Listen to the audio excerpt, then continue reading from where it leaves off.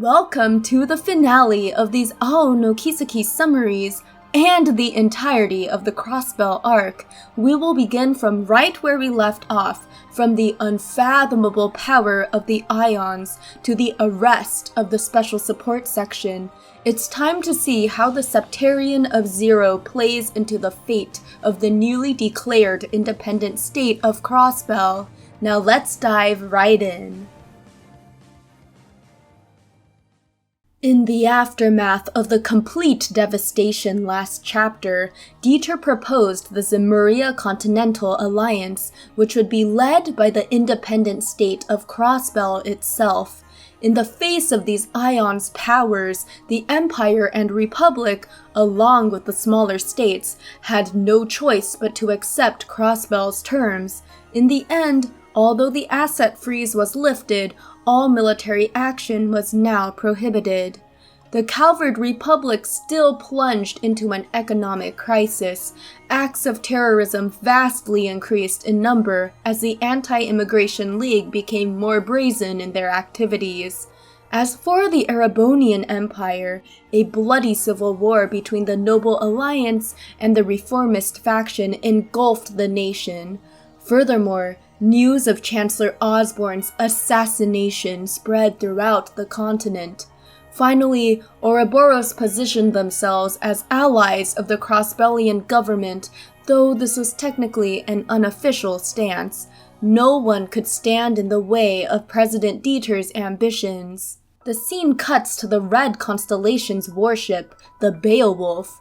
Shirley is lamenting the missed opportunity of additional battle. Since the Ions did everything, she had no chance to quench her bloodlust. Her father joins her with a reminder that they still have a mission to complete. If she's so bored, she should go play with Wald. Her response is that only his demonized form actually poses a challenge. He's not around for the day anyway. As for the Society's members, they just don't seem like a good match for her style.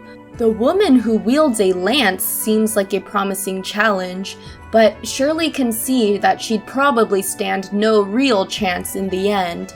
Randy's movements in the mines region comes as a surprise, showcasing that he's still trying to oppose them. As for her own playmate, it appears that Yin has joined the Heiuei's movements in the Armorica region. Shirley's excitement builds as she looks forward to settling what they couldn't finish at the Arc-en-Ciel. In the ruined downtown, Wald is seen pacing among the wreckage until he finally reaches the old Saber Viper warehouse. He's pensive for a while, reflecting back to what he did here in his demonized form. A relieved Dino snaps him out of his thoughts when he rushes out to greet him. Despite what Wald has done to the other seniors, Dino has been so worried about him. Although the other Saber Vipers have been hospitalized, as long as their leader is here, things can go back to before, but Wald cuts him off with a harsh backhand. He turns his back to his former subordinate and officially disbands the Saber Vipers. This can't be. Wald has been the strong leader who they've been relying on for so long. He shouts that everything that demon did can't be true, as Wald only walks away. However, the Testaments confront him before he leaves. They won't let him do as he pleases in downtown, especially after what he did to the other Saber Vipers who cared so much about him. Wald merely asks what happened to Wazi and Abbas. Those two were outsiders in the first place, so did they just turn tail and run? Wazi's gang has been told that those two have some duty they must fulfill. Anyhow, the Testaments believe in them, despite not having a clue what they're up to. Wald can't help but laugh, realizing that he'll have a chance to finish Wazi after all. At the top of Orcus Tower lies the White Ion. Campanella confirms with the two Anguists that the rest of the Phantasmal Blaze plan is all set for Erebonia. Arian Rod says she will continue to accompany them until she is called to the appropriate stage in the Empire. The power of the manufactured Septarian of Zero never fails to amaze the Professor. as it's just as powerful and capable as the vanished Septarian of Mirage. No, it even possesses abilities that the original did not have. What will the Croix clan do to make it evolve even further? Campanella notices that another party has begun moving, and Arianrod responds that they must find out what exactly they are aiming for the sake of the future. The sixth Anguis leaves that to Arianrod and Campanella so that he may continue to monitor the divine power of the ions here. Kia is seen gazing out from Orcus Tower. Shizuku approaches her friend, who asks if her eyes are completely healed now. See, it's all thanks to Kia that Shizuku's eyesight has been restored. This power was worth it if she was able to heal her friend. Shizuku is more than grateful. Of course it wasn't easy being blind, feeling like she was a burden to everyone around her. She was so happy to become friends with Kia in spite of this, especially since she had no idea of what she even looked like. So of course Shizuku is happy she can see now. But is this really right?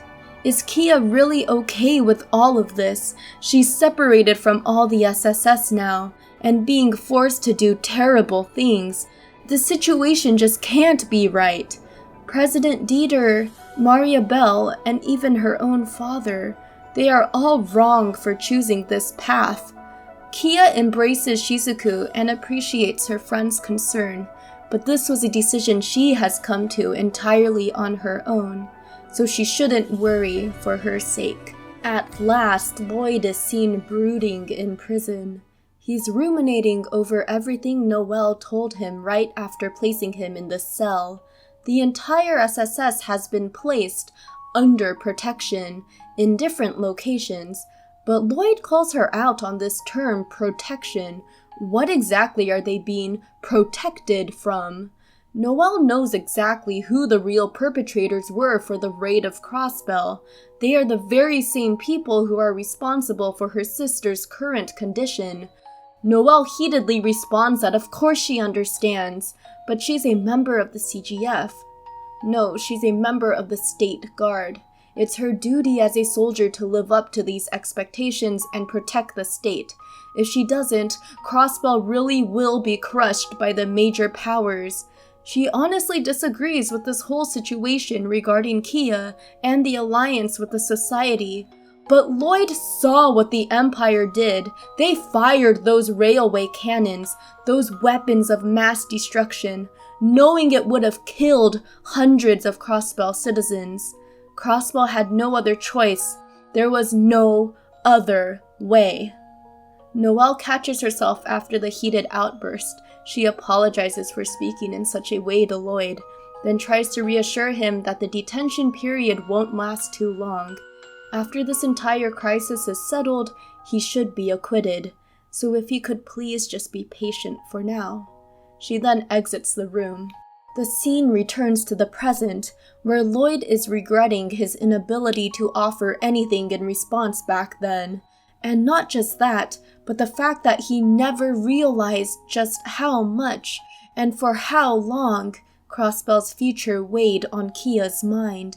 In the end, he couldn't protect her amidst all the chaos, and the man who killed his brother, Lloyd promised himself, hell, he promised Guy, that he would figure this all out and wrap up these loose ends, but in the end, he couldn't live up to him.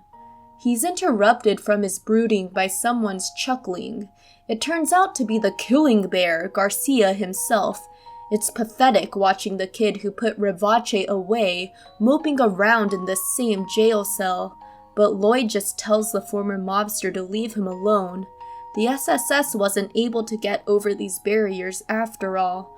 Putting Rivace away was only due to a series of fortunate coincidences. Garcia finally lets up and admits that he can understand the detective's bad mood. From what he's heard, the entire continent is a complete mess outside. He flops back down and says it's better to wait for the storm to pass in this situation. It's useless fighting back, or he'll end up like his brother. Lloyd can't believe he forgot that Garcia was acquainted with Guy. The killing bear recalls how tenacious he was and how closely Revache had to watch him, since he was always sniffing around. And yet, when Garcia would encounter him at food carts around the city, Guy would casually walk up and recommend the best drinks. He couldn't see a fiery kid like him ever dying, and yet that's exactly what happened. The world sure is a crazy place. That Guy Bannings, nothing ever stopped him. He was always poking his nose in everyone's business, no matter how great their influence may have been. Big shot congressmen, the mob, the cult. However, Guy was in no way an amazing man like Lloyd's making him out to be. In quick-wittedness and sheer ability, Arios had the upper hand. In recognizing enemy weaknesses and making necessary preparations, Sergei outpaced Guy. And when it came down to rational decision-making and effective management, Dudley possessed greater skill. But the one thing Guy truly excelled at was sheer willpower and his never-give-up attitude. Garcia always wondered what was up with that youngster, that he could continue to pursue big shots greater than him when he didn't have any noticeable skill at first glance. Lloyd cycles through the memories he has involving his older bro until he arrives at the big lesson Guy wished to instill in him. Never stop throwing yourself in front of what you are pursuing. Reach out with your own hands and grasp the truth in front of you. If you do that, you'll come to understand what's truly important to you and what you want to do. Lloyd has an epiphany recalling this. Though he isn't as hot-headed as Guy, he does resemble him in a lot of ways. He stands and walks towards the door, having set his mind on doing his absolute best to escape from here in order to free his comrades and find out the truth behind Kia. Garcia can't believe what he's hearing, but stands as well, demanding Lloyd to show him what exactly a man like him can accomplish in this situation. The scene cuts to two soldiers overhearing what sounds like a fight breaking out in Lloyd and Garcia's cell. The killing bear is pummeling the detective and does not respond to commands to stop, so the soldiers barge in, prompting Garcia to finally release Lloyd from the beatdown and throw his hands up. One soldier bends down to assist the detective, who sends the former flying into the wall, followed by Garcia doing the same to the other guard. Lloyd's impressed at Garcia's acting, even though he did end up breaking one of his back teeth. Lloyd leads the way throughout the hype prison breakout. Garcia's brute strength proves more than useful as he helps take out multiple guards and war dogs. Lloyd comments on the killing bear's strength in relation to those insane Jaegers of the Red Constellation, and Garcia recalls encountering the ogre Rosso before. Even he believes that guy is a true monster, and the rumors he's heard of Shirley paints her as more powerful than even many of the society's goons in brute fighting prowess. With the steel barricade down, the two finally rush out of the makeshift prison and start heading up the hill. However, Garcia halts and says their collusion ends here. He's still a proud leader of Revache and won't leave his underlings behind. It's up to Lloyd to complete what he said he would with his own power. The detective thanks him, then heads off. Numerous soldiers are then seen pouring out of the site as a blaring siren sounds off. Garcia prepares his one last hurrah to ward off the approaching troops' pursuit. Pleroma grass is seen blooming all the way out here as Lloyd continues his escape. Unfortunately, he's quickly spotted by State Guard reinforcements. He has no choice but to head down to the survival training grounds. He puts up a good fight, but is eventually spent and cornered. Even so, he won't give up, he won't give in. It doesn't matter how much they may break him. He refuses to surrender until it's all over. He calls on each special support section member to give him strength, but is interrupted when a majestic voice says he forgot someone. An unbelievable sight approaches, a massive blue and white wolf-like creature speaking the very same language as humans, and whose very footfalls cause the ground to tremble, sends the soldiers running in fright. Obviously speechless at first, Lloyd finally exclaims that Zeit's timing is just a little too perfect. Lloyd rides on Zeit's back as the latter explains about the divine beast sent by the goddess herself to watch over the Septarians and man as a whole. He confirms that the dragon Ragnard that appeared in Liberl is one of his brethren, though he has no idea where he's gone now that he's been relieved of his duty to the Septarian of space. Zeit continues, explaining that the Septarian of Mirage that was initially given to this land was called the Demiurgos. Mirage is an attribute that controls both perception and cognizance. The Croix clan from over 1200 years ago wished to acquire, with the Septarian's power, a god of the surface to worship. A god that could guide humans by controlling karma, due to gaining an understanding of what makes them tick.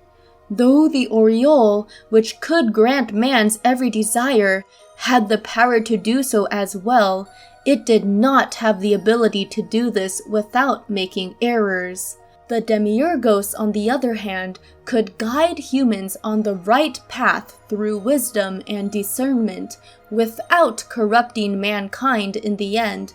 However, the Septarian of Mirage's soul eventually reached its limit. In order to comprehend all of humanity's flawed nature, karma, and the irrationality of life in general, the Demiurgos had to develop human emotion. Having to essentially take on the sufferings of the world, the Demiurgos knew that eventually one day it would go berserk and end up hurting the very people it loves. So it made the decision to dissolve its own karma and disappeared from the world.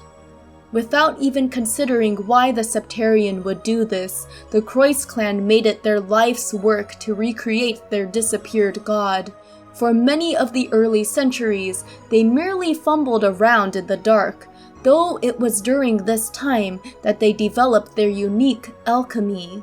They created the cults and entrusted them with the object that would eventually end up becoming their new Demiurgos. In order to financially fund these experiments, they donned the outward appearance of bankers, and finally, 500 years passed, bringing them all to the events of the present day. Kia, as the Septarian of Zero, is the result of the Croix clan's efforts.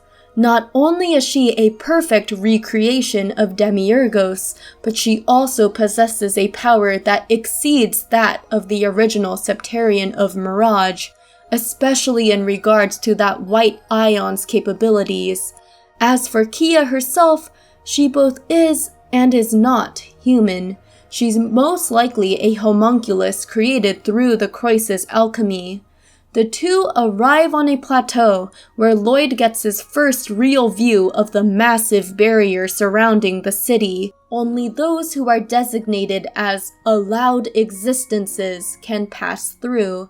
Pleroma grass is now blooming all over the autonomous state's territory, meaning the city has likely become merged with the Septarian itself. There's a reason why the cult conducted human experimentation with Gnosis. The unique personalities and vast amounts of knowledge from these countless experiments were all sent over to Kia, who was sleeping at the Fort of the Sun. This is all Zeit can tell Lloyd. The latter then makes his decision. Even though he will be relentlessly pursued by the conspiracy, the detective refuses to stay low until this crisis passes. Knowing the circumstances behind what happened to the original Demiurgos, there's no way he can leave Kia in this situation, in which all of humanity's expectations are placed on her. He will save her, even if it means having to go up against President Dieter and Arios. A familiar voice chimes in. Lo and behold, Wazi and Abba stroll up, now donning very similar clothing to Gralsritter Reese and Kevin Graham, who both also are right behind them. Wazi finally reveals his true identity as Dominion number 9 of the Septian Church, the Azure Testament. Understandably, Lloyd fails to form any coherent words at the sheer shock of this revelation. Naturally, this means that Reese and Wazi flawlessly pretended to be meeting for the first time, all the way back in Chapter 1. With Reese's arrival at the Crossbell Cathedral, Archbishop Eralda's suspicions were drawn to the new transfer, and away from Wazi so he could fulfill his duty. The reason these church officials are here now, though, is because Zeit has called them, knowing Lloyd would need powerful collaborators if he's to stand against the conspiracy. The Gralsritter have been suspecting a situation like this for a long while, so they sent Wazi to investigate after he uncovered the unfathomable specifics, such as the Croix clan's master plan and Kia's real identity, as well as the creation of the Septarian of Zero. The Church Knights realized that the scope of this now far exceeds the Gralsritter's primary role of collecting dangerous artifacts. However, there is the factor that they cannot leave the Society's involvement unopposed, and so Kevin thought to use Lloyd as their excuse to continue their operations in Crossbell. Will he accept their offer of help? Before Lloyd can respond with an answer, he must know the answer to this. What do they plan to do with Kia? Well, there's no easy answer, since the Septarian of Zero is far more dangerous than even the Aureole from the Sky Games. Lloyd is made privy to the chaos occurring in the Empire and Republic. Furthermore, though there are only 3 ions now, the Society will increase production and ship these beings of mass destruction all over Zemuria. Lloyd knows that he doesn't have the power to challenge the conspiracy on his own, so he accepts their offer. However, if they try to harm Kia in any way, he will do everything he can to stop them. And not just him, but Ellie, Tio, and Randy will do the same. They are her guardians after all. Wazi swears upon the goddess's name and his honor as a knight of the church that he will consider every suggestion Lloyd has in dealing with Kia. With that, Kevin and Wazi call down their personal warships, the Merkabahs. They will use the stealth functions and optical camouflage of these ships to sneak into Crossbell's territory. While cruising through the air, Kevin, the Thousand-Hand Guardian, confirms his mission of drawing the Ion's attention so Wazi's ship can sneak into the territory.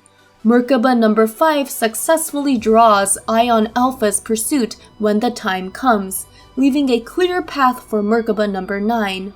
With their successful infiltration complete, Lloyd is then given a rundown of the ship's high-tech capabilities and services. Since they've now confirmed that Crossbell has merged with the Septarian through the Pleroma Grass field, they'll be unable to touch down until they spot more gaps in this detection network. Even before this entire mess broke out, Wazi and Abbas sought out the gap they're currently using on the St. Ursula byroad. As for Zeit, since the initial Demiurgos is gone, he is no longer tied to the ancient oath of non-interference and only observation that he and his kind made more than a millennia ago. He will join Lloyd and Wazi's party until they are finally reunited with all the other members of the Special Support Section. Before touching down, Lloyd hears from Abbas that Wazi actually formed the testaments in large part to fool Archbishop Eralda. No one would suspect the leader of a delinquent group to be a high-ranking church official in actuality. The ship returns to the skies once the 3 disembark. Then Wazi uses thaumaturgy to create a magic circle that will serve as a designated spot to call upon the Merkabah. With that, the three begin the trek to the hospital. The party of three must fight powerful monsters and a dangerous cryptid along the way. Among Zeit's awesome powers is the ability to use the powerful arts of the higher elements. They realize that the buses are likely having a difficult time transporting patients and resources to and from the hospital, prompting Zeit's comment that Saint Ursula would surely grieve if she saw the current state of this place. It turns out that Zeit is the white wolf found in all those legends about the young female healer who admonished the cruel feudal lord of that time. Contrary to the tale that's told, she actually escaped death, married a knight, and had children who still have descendants in the land to this day. A large patrol of state guardsmen are monitoring the entrance to the hospital. Zeit senses that Tio is somewhere inside, though he can't tell if she's injured. They have no choice but to fight the patrol at first. Then Wazi seizes the opportunity to use a special technique of the church. He tells the soldiers that what occurred here was an attack by a large cryptid. They were able to repel it, but not without suffering serious injuries. Nothing about Lloyd and his party are to be mentioned. With that, the soldiers dazedly return to the armored car and drive away. Lloyd briefly learns about Wazi's stigma and how this facet of dominions allowed him to power up the technique of suggestion. However, since the army will now be suspicious, it's likely that the party won't be able to rely on this for future encounters. A very familiar voice calls out to Wazi and Zeit before finally running to embrace Lloyd. Tio speaks between sobs that she has been worried all this time for his safety, especially since the Orbal net showed him getting chased down by the state guard during his prison escape. Sweet Fran and Cecil are overjoyed to see that he's safe as well, and in Fran's case, it's great to see her back on her feet and fully recovered now. After Zeit speaks and prompts Fran and Cecil's shocked reactions, Tio finally realizes that he had been speaking the language of humans this whole time. Tio prepares to come along as one of Kia's guardians after hearing about the situation in the city. After a beat of silence, Fran stands and asks if she can come as well. While she may not be able to fight like the rest of them, she can serve as a skilled operator on the ship. Lloyd asks if she's prepared to go against her sister when the time comes. Of course she doesn't want to fight with Noelle, but as a proud member of the CSPD, she is prepared to do so. The Merkaba is short on hands anyway, and her cheery nature will surely help raise spirits on board. Before the party leaves, they visit Detective Donovan and Ilya, who have both thankfully regained consciousness. Detective Donovan has heard from Raymond that Sergei, Dudley, and the other policemen are all working in secret while still fulfilling their positions in the State Guard. They are pocketing their pride for now and are waiting for the opportunity to make their move. It's with great joy to see Fran finally in her CSPD uniform again. Then they continue on to Ilya's room to give Fran time to say her goodbyes and give thanks to Donovan for saving her. As for Ilya's condition at present, Dr. Sayland is unsure if she'll ever walk again. Everyone is at a loss for words, but Ilya tells them not to look so hopeless, since it'll end up making her depressed too. If you believe something is impossible, the chance truly will become zero. No matter how difficult, and no matter how painful, there is always a sliver of hope as long as you don't give up. Actually, aren't they the ones who have it tough going up against such powerful figures? She reminds them that man is a being that can continue to try its best, as long as it's for what is most important. Everyone is like this, even the troop members. She asks them to relay an important question to Risha on her behalf. What is the most precious thing to her, and can she stand before it without doing her very best? Ilya counts on the party, who in turn has been greatly encouraged by the Sun Princess. Wazi fortunately finds a gap in the Pleroma field in front of the hospital, so the Merkaba picks them up right outside. Tio and Fran's help at the terminals is greatly appreciated and speeds up what the ship can do. The next gap they find is in Armorica village. They visit with Chief Tolta, who is honored to meet Zeit, a true divine wolf. As for the village, though, they're in a tight spot right now. Cryptids appear every so often and destroy much of the crop, meaning the harvests are at a low. The State Guard hardly ever visits, so their fields continue to suffer from the monster problem. However, all the villagers have been supportive of each other and are weathering this disaster together. Furthermore, Harold Hayworth and his family are staying at the inn and have been a big help to the village during this time. The party has a nice reunion with the Hayworths and receives some troubling intel from them about the rebel force hanging around the ancient battlefield. Once they're deep into the ruins, a gate lurches shut behind them. A patrol of the Red Constellation jumps down and surrounds the party. The four put up a good fight, but this patrol of Jaegers is tough. One claims that even the Ouroboros members and Zeit's true form would be no match for them. Then, suddenly, out of nowhere, Cao Li sends a Jaeger flying.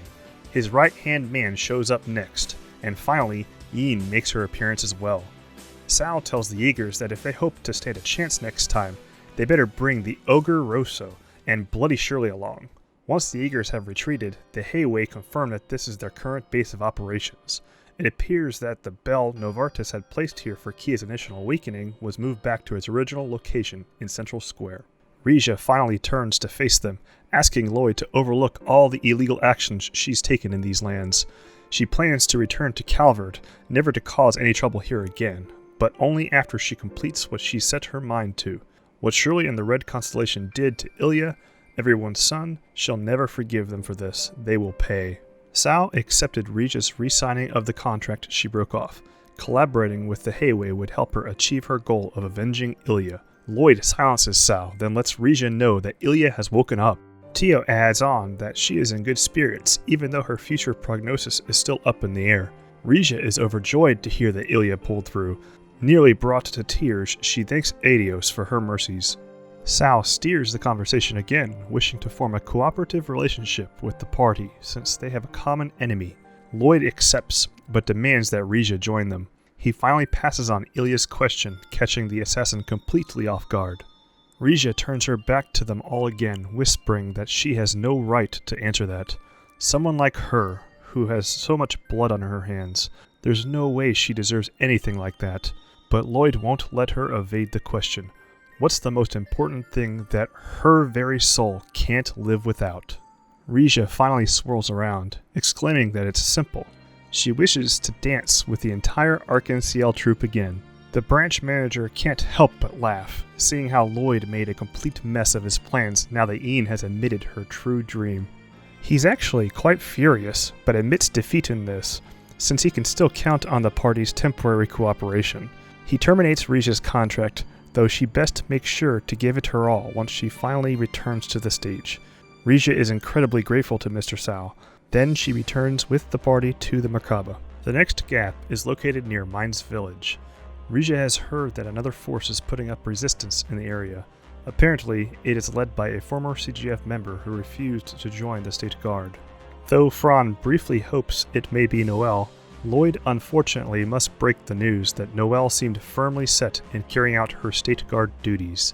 The party disembarks near the waterfall and heads up to the Meister's studio first. Surprisingly, Zeit has been acquainted with him for a long time and believes without a doubt that he's someone they can trust. The Meister has actually been expecting their arrival. The Society's position here is only to cooperate with the Croix clan, and the main stage for the Phantasmal Blaze plan has already moved on to Erebonia. This same reason is why the church cannot spare larger forces here in Crossbell. Risha asks the Meister about the identity of that woman with the lance. He too doesn't know much, only that she has a strong moral code and that she trained her 3 underlings herself. As for Potter Mater, it looks like the Meister has been repairing him. Novartis is currently focused on the new ions, but just in case he does attempt to steal it, the Meister has been making preparations so it may run away on its own. He cannot forgive the Anguis for stealing Potter Mater, his greatest work, in the middle of development in order to conduct horrific human testing, even eventually involving a small child like Ren. Thankfully though, she was able to make the connection with the doll. The Meister won't deny the Anguis' true genius though. He mass-produced these Gordius-class dolls, which are now stationed at Stargaze Tower and the Moon Temple. It appears that they are protecting the bells. The Meister has been looking into these old artifacts and will let them know if he learns anything of note. Those affiliated with the society really do possess different stances and actions that they are willing to take. No wonder it's beyond difficult to grasp the true nature behind the mysterious organization. The tunnel to Mainz has been completely blacked out, and it's nearly the end for Lloyd when he activates a landmine. Thank Eidos that Risha pulls him back in the nick of time. The Jaegers must have set these here to prevent the Resistance's retreat. They are greeted by sounds of heavy warfare and find the normal path blocked by barbed wire. Risha saves Lloyd from a sniper bullet as the camera pans up to the red constellation's Gareth. He could sense the Merkaba touching down and the party's movements in the tunnel, then calls the Cougars to surround the party. Gareth calls for them to surrender, especially since he has the tactical advantage of the higher ground. However, they are interrupted by a wolf's howl. Zeit's subordinates, along with Mireille and her resistance, finally make their move. Even Randy catches Gareth off guard, an act that actually makes him proud. Randy pulls out his old blade rifle that Master Guillaume repaired for him.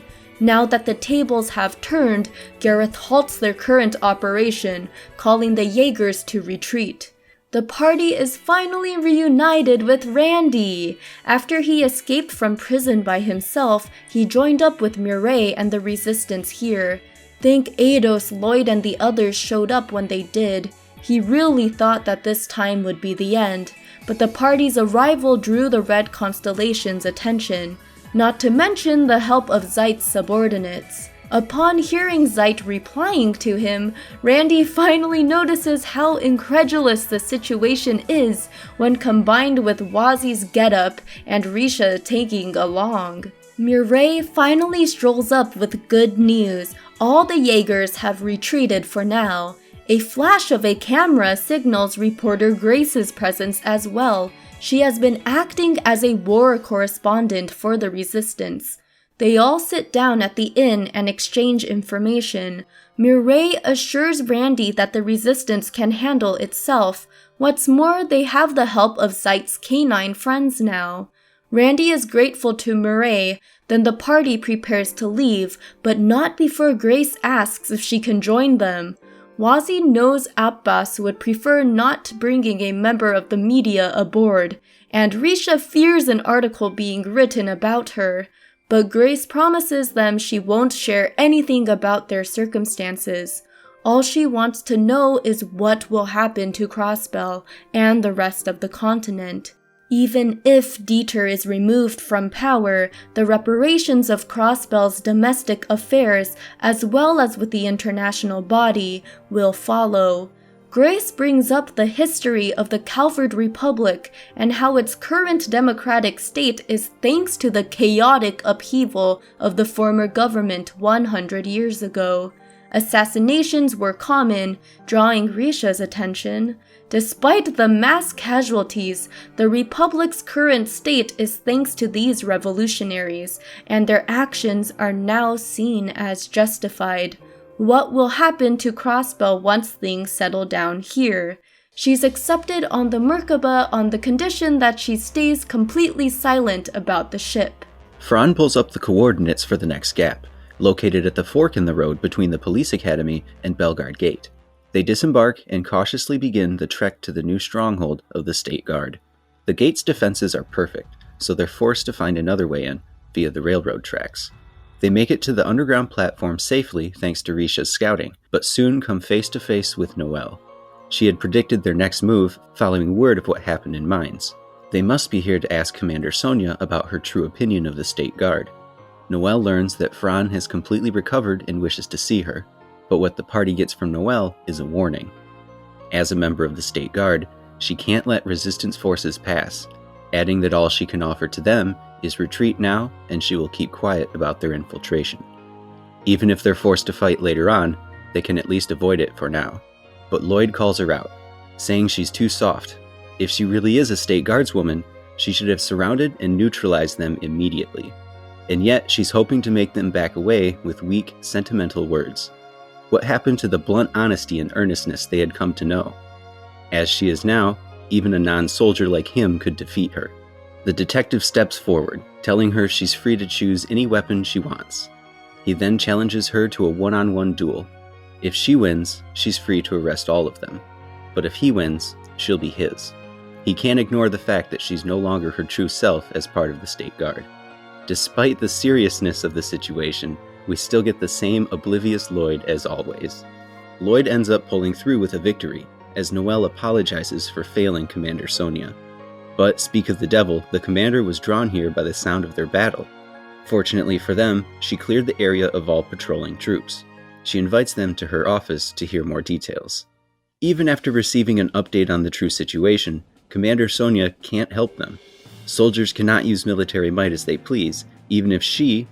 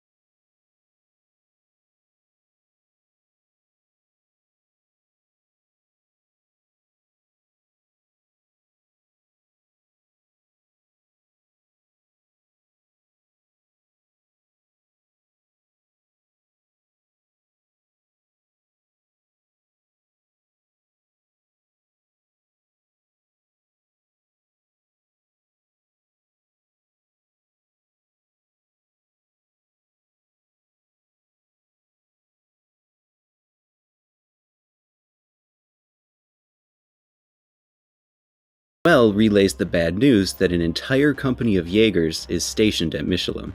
Even with their current numbers, they likely wouldn't make it, but Zeit tells them to leave everything to him.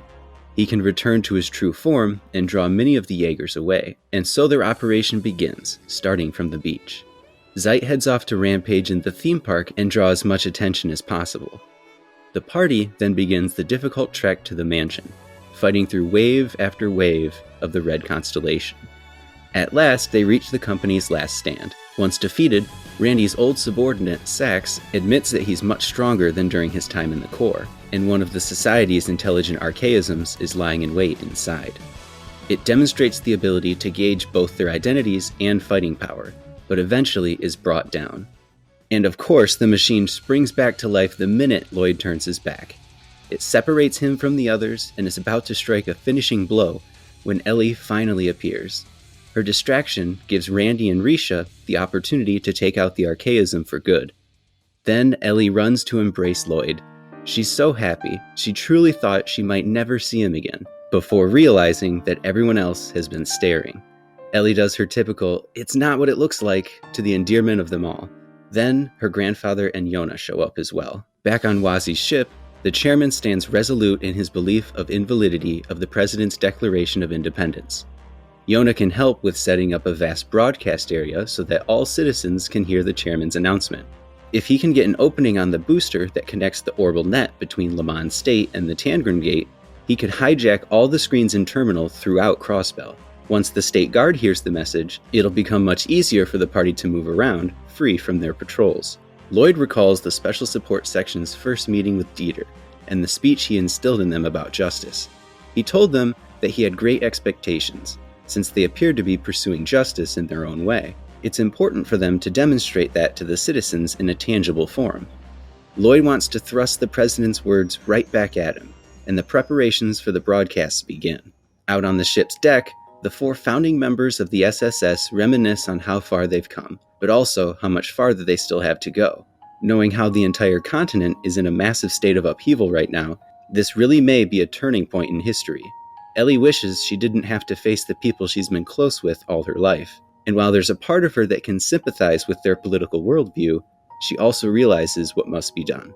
The most important thing, though, is at the end of the day, nothing changes the fact that they are the Special Support Section, and all rely on each other. The police may have just been a temporary assignment at first, but now that they've come so far, even if she does happen to leave the force, their time together will always serve as her fundamental perspective going forward. All the others agree and steel themselves for what lies ahead. The Merkaba hovers above the booster site as Yona gets to work. He successfully takes control of the booster, and then the camera switches over to Grace, who introduces the chairman. The citizens crowd around the broadcast throughout the city as a panicked state guard futilely attempts to shut them down. The chairman confirms that President Dieter has legally overstepped his boundaries and declares the independent state of Crossbell invalid. The underground CSPD resistance, including Raymond, Dudley, and Sergei, recognize that this is the opportunity they've been waiting for. In Orca's tower, Maria Bell assures her father that they are currently locating the intrusion path and should have it shut down in just a few minutes. Arios has also ordered all the screens withdrawn from the city. On the other hand, the Ogre Rosso actually applauds the resistance for this unexpected twist, even though his men are at fault for allowing the chairman to escape. Though of course nothing too drastic can be done to harm the SSS, since they still have Kia's temperament to consider. Arios leaves to deal with the state guard outside the city, since this announcement will surely cause a stir. Outside, Sigmund and Maria Bell comment on the president's inability to carry out his ideals without having to rely on other people. Shirley still hasn't made an official decision on whether to accept Maria Bell's offer of becoming head of her private unit. After the Jaegers leave, Maria Bell expresses her thanks to Wald for being such a great test subject for them. Back on the Merkaba, the party has been contacted by Meister Jorg. He's figured out how to lift the barrier surrounding the city and how to suppress the power of the ions. As of now, the Septarion is not yet perfect, and must draw on the power of the bells spread across Crossbell in order to affect such a vast area. The party can't do anything about the bell that's in the city's central square, but they can do something about the ones lying in the outer regions. However, they must go in prepared, since the Society is guarding them. Campanella at the Moon Temple, and Aryan Road at the Stargaze Tower. Since the Steel Maiden is so powerful, they should at least leave her for last. So with that, off they go toward the Moon Temple. They arrive to find a large crest of Ouroboros sealing the gates shut. Then Campanella summons heavy archaism models to toy with the party. They gain access upon defeating them, then are forced to explore the entire temple for the 2 orbs that unlock the secret entrance to the bell. Campanella has been waiting for them at the top of the stairs. He congratulates them on completing the treasure hunt. He hopes they've had their fill of entertainment, courtesy of what services a fool would provide. But of course, they only find it annoying. Risha can't understand how someone as young as him is a part of the society, but he claims that unlike the others, his appearance does not reflect his age. With a snap of his fingers, he begins warping the entire area to a plane better suited for battle. As his name and tarot archetype imply, he employs a lot of trickery and annoying moves, such as Arts Reflect, warping party members around the map, and even turning them into chili peppers, of all things. Campanella acknowledges their win and prepares to leave Crossbell for Erebonia. Everything he does is according to the Grandmaster's will, after all. As for them, what kind of answers will they get? Then, with a snap of his fingers, he's gone. They don't have time to decipher his cryptic message right now, so Lloyd, Randy, and Risha suppress the bell until the strange resonance finally dissipates and the skies return to normal. Stargaze Tower is up next. They find this location in a similar state to the other ruin and are greeted by powerful white archaisms, the Sleipnir models used by the Stalsritter. Upon defeating them, Aryan Rod acknowledges their worth and grants them entry into the tower. Ellie can't help but be in deep thought. She wonders what kind of face is beneath that steel helmet. The first of the Stahlsritter is Inez the Stout, wielding a halberd. As promised, she opens the path once she's defeated, then vanishes. Ellie is still pensive as they proceed. Their next opponent is Enea the Sharp and her orbital bow. She also unlocks the path once she is defeated, meaning that the last and most powerful Stahlsritter is left. Duvali the Swift can't believe what the other two were doing, falling to the party. However, she won't let them step 1 foot closer to her lord. After a fierce battle, Duvali has no choice but to honor her word and leave after her defeat. Before the knight teleports away, Ellie calls out to her, asking if the Steel Maiden is who she thinks she is, but receives no answer. Ellie does not wish to confuse the party, so she drops the topic. Now the time has come to face the society's powerhouse, Aryan Rod. Just like Campanella, she too has no real reason to stay in Crossbell anymore. Any loose ends here are Crossbell's problem. However, because the Septarian of Zero asked her to, she has stayed. Kia knows that if the SSS keeps going as they are, they will eventually encounter Arios and the Ogre Rosso. She just doesn't want to see them getting hurt. Hearing this message, they've lost any hesitation they may have had. They will overcome this barrier in order to save Kia. The 7th Anguis summons her lance and offers them a fair chance. May she bear witness to their resolve. Once the helmet cracks and falls apart, she commends the party's strength, then powers herself up. Working together, Lloyd and the others finally bring her to her knees. But as she stands and prepares to leave, Wazi thanks her for withdrawing. Even if it's impossible for the Gralsritter and Ouroboros to befriend each other. Aryan Rod responds that the final showdown between the church and the society is drawing close. Finally, Ellie asks the question that's been on her mind throughout the entire dungeon. Is Aryan Rod perhaps that person from the War of the Lions? The only answer she receives is that she's done a good job in noticing it. Once the Anguis is gone, everyone asks Ellie what that was all about. It may be difficult to fathom, but if her hypothesis is correct, that woman is from the fierce succession war in Erebonia over 250 years ago.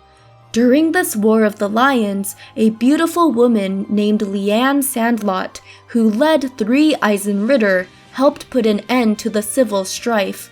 Upon hearing the name, Noelle also recalls hearing about such a story in books. There are just too many similarities going on here to be mere coincidence. The Steel Maiden and Lance Maiden, the Stahlsritter and the Eisenritter. The strangest aspect of this story, though, is that she's said to have died, although no one knows exactly what happened to her once peace was declared in Erebonia. Anyway, there's no time to dwell on it. Lloyd, Randy, and Noelle suppress the bell's ringing until it returns to normal. And now that it has stopped, the bell in Central Square ceases to ring as well, causing the barrier around the entire city to collapse. Dudley is observing the situation as the scene shifts to a panicked soldier rushing into Dieter's office. The president is furious with the society when he hears that the barrier has fallen. Arios is seen reassuring his daughter he won't allow any harm to befall her, though Shizuku's not worried about that. She holds on to him, wishing that he'd worry more about himself. Why is he doing these things? If Mom saw him like this, surely she'd be so sad. Arios knows that Saya would be angry with him, but he just changes the subject, asking Shizuku to do a favor for him. Kia is speaking with Maria Bell on Orcus Tower's rooftop. She's currently unable to restore the barrier without the resonance of the bells. Although the ions can still operate, they won't be able to use the power of space anymore. She can tell that Lloyd and the others are coming, but Mariabelle isn't worried. At this rate, all will go according to his plan. They are following Kia's decisions in the end, though. Will she choose to leave this place, or will she successfully make everything come true? For the sake of everyone she loves, Kia says she'll make sure everything comes true. Lloyd and the others get in contact with the Heiue and Mirei's forces. Commander Sonia promises to place the troops at the gate on standby. After conducting some tests, they've all but confirmed that the ions have shifted to a position of defense around the city. Father Kevin prepares to distract the ions tomorrow and draw their pursuit away from Wazi's Merkaba. Then Kevin and Reese wish them the best. Mirei's resistance and the Heiue's forces will only serve as a distraction, meaning the main key lies with the SSS. They need to get into the city and reunite with Dudley, Sergei, and the other police. It's a bit worrying that the phone call from earlier was cut off, since Dieter made sure that certain phone numbers are currently forbidden from transmitting signals. The communications mainframe is located somewhere inside Orcus Tower, so it won't be easy getting to it and restoring transmissions. In any case, the Crossbell City liberation begins early the next morning. Some more personal secrets and revelations are shared with Lloyd by a few in the party that night. For brevity's sake, I'll only be covering 3 of the 6 final bonding events, since Risha, Wazi, and Randy have important character backstory in their respective scenes. First up is Randy. He says the Resistance and Heiue are gonna have a tough time tomorrow with the Red Constellation. They are said to be the strongest in Western Zemuria for a reason. The core has been around since the Middle Ages. It all began with Berserker Orlando and his family of warriors that constantly adopted new combat techniques and training methods to get ahead. The technique Randy used during the downtown race in Zero is just one example. When he was growing up, he was forced to train like that every day until he coughed up blood. And the one who trained him is none other than his old man, Balder Orlando. 3 years ago, Randy received a special mission from the war god. He was to annihilate 2 entire companies of Zephyr. The enemy forces were twice the size as Randy's, but he utilized their core's forte: surprise attacks and taking advantage of the terrain. Finally, Randy decided to draw an entire company into a village he regularly used for supplies. Once Zephyr entered, his company caused a landslide and crushed much of the enemy forces. Predicting the survivors' escape route, they surrounded the Jaegers and open-fired. Of course, many of the villagers were all collateral damage in this massacre. However, upon discovering that the general store was caught in the crossfire, Randy learned of the resulting death of his first friends from outside of the core, ones who he used to go to the bar with and served as the inspiration for his own dream of opening a store one day. And in the aftermath, all Sigmund and Shirley did was praise Randy's ruthless methods. It wasn't so much the path of killing that turned him away, but the fact that he was just sick and tired of the Jaeger life. As of now, Randy's goal is to surpass his uncle. Though he can't settle the score with his father anymore, his uncle will have to do. And of course, he'll be counting on Lloyd to help him.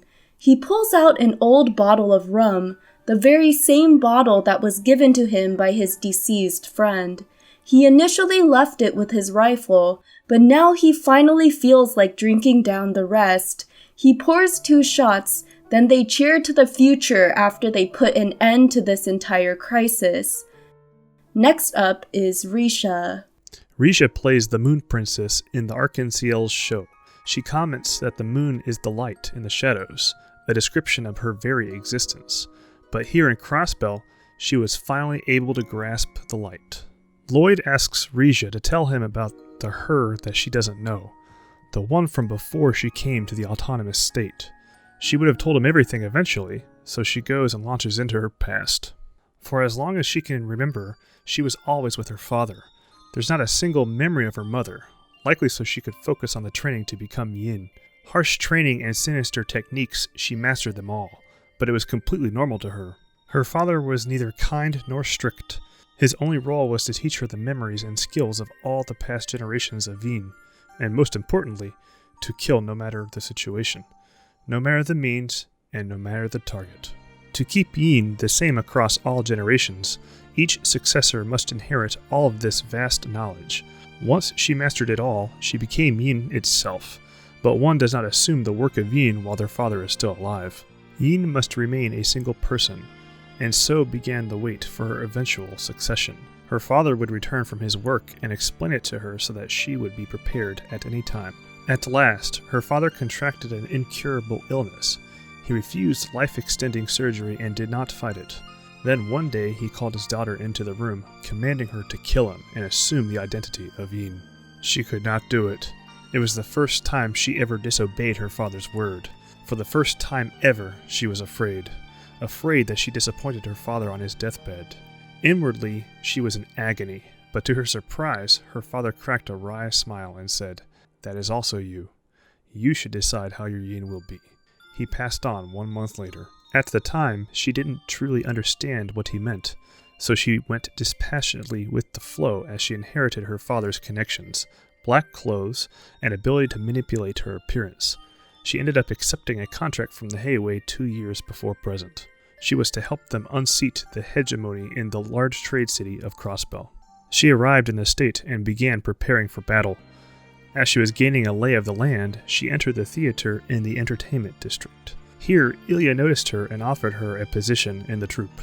Ilya wouldn't let her refuse, so Regia eventually accepted. At the time, the assassin was confident in her physical abilities and appearance manipulation, but the training was more difficult than she thought, and it became hard to be a part of the Arc-en-Ciel and Yin at the same time. Lloyd thanks her for sharing this with him, then tells her that the Yin from the past is a part of her, just as much as the girl who dances with the Arc-en-Ciel is also a part of her. Just as the generations change, it's natural that Yin will as well. Even if she does, her father wouldn't mind, since it was he himself that told Regia this all those years ago. Regia backs away as the tears well up. She's shocked, since she didn't shed even a single tear for her father when he died. Being with Ilya and the troupe must have changed her. Then her first real tears fall. Last up is Wazi. He really shouldn't be sharing this with an outsider, but the church has officially decided not to do anything direct with Kia. The society has retreated, and the original septarian is lost, so the church no longer has a real reason to intervene. As for Wazi, he'll stick around until the 6th Anguis and the dolls are dealt with. Lloyd then asks about that mark he sees on the Dominion during battle sometimes. It's called a stigma, an abominable power that's carved into one's soul.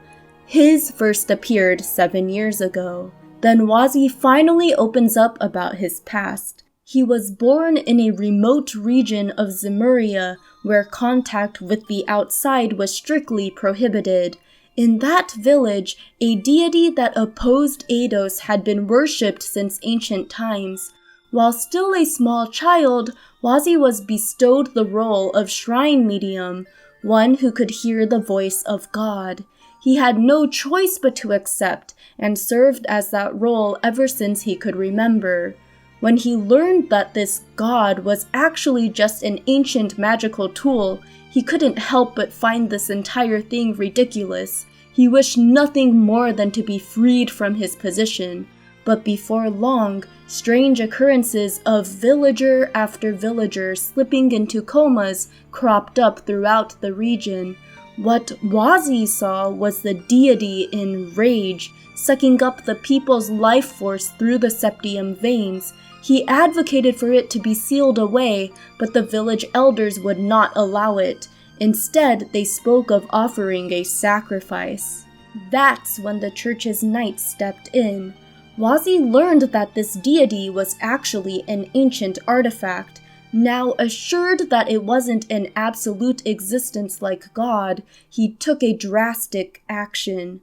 He dropped the artifact, this Azure stone, from atop a cliff with the intent to destroy it.